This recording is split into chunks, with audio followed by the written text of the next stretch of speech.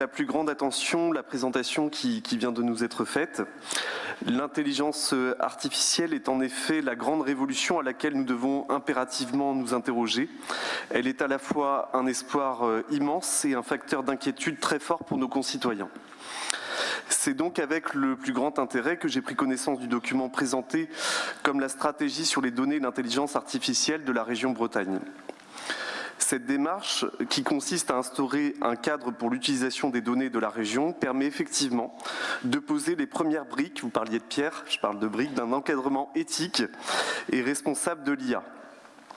Elle est aussi une réponse politique bienvenue à un phénomène qui, selon les sondages, inquiète une large majorité des Français. 77% d'entre eux perçoivent l'IA négativement, 61% la considèrent même comme une menace, tandis que chez ses utilisateurs, 77% la considèrent au contraire comme une opportunité. Et c'est bien cette ambivalence que notre stratégie régionale doit savoir dépasser. Car oui, cette révolution technologique est prometteuse de gains d'efficacité considérables dans de nombreux secteurs, et il est crucial que la Bretagne soit au rendez-vous. À défaut, notre région risquerait de prendre du retard, en particulier en matière de compétitivité. Mais pour être à la hauteur, il ne suffit pas de principes. Il faut des moyens, de la clarté dans la gouvernance et des outils concrets. Or, certaines zones d'ombre persistent.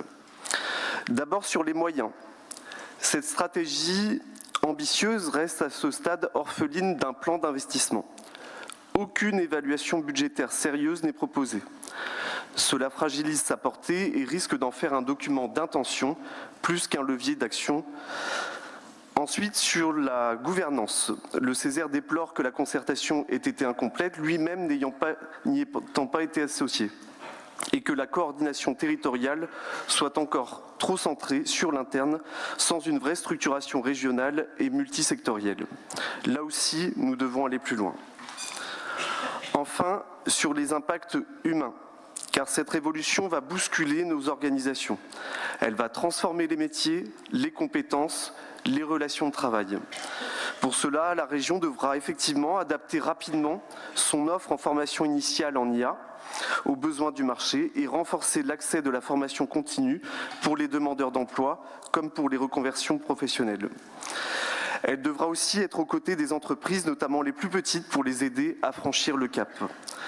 Car le risque d'un décrochage technologique est bien réel et les fractures économiques comme sociales pourraient s'en trouver aggravées. L'intelligence artificielle devra également être mise au service de notre action publique. J'en suis convaincu, elle peut être un formidable outil de suivi, d'évaluation, de pilotage de nos politiques publiques. Je pense par exemple aux politiques linguistiques, au patrimoine ou au tourisme, où elle pourrait rendre bien des services. Nous avions d'ailleurs dans notre groupe Ils sont où la Bretagne défendu l'idée d'un bureau unique pour simplifier la vie des usagers et des porteurs de projets. L'IA pourrait enfin rendre ce projet possible. À titre d'exemple, l'Île-de-France a récemment lancé un assistant virtuel capable d'identifier en temps réel les aides régionales adaptées à chaque situation. Ce type d'outil pourrait tout à fait trouver sa place en Bretagne. Mais ces opportunités doivent s'accompagner de garde-fous solides, évidemment. La frugalité numérique, la sobriété environnementale, la souveraineté sur les données et les infrastructures, autant de points qui appellent à une vigilance accrue.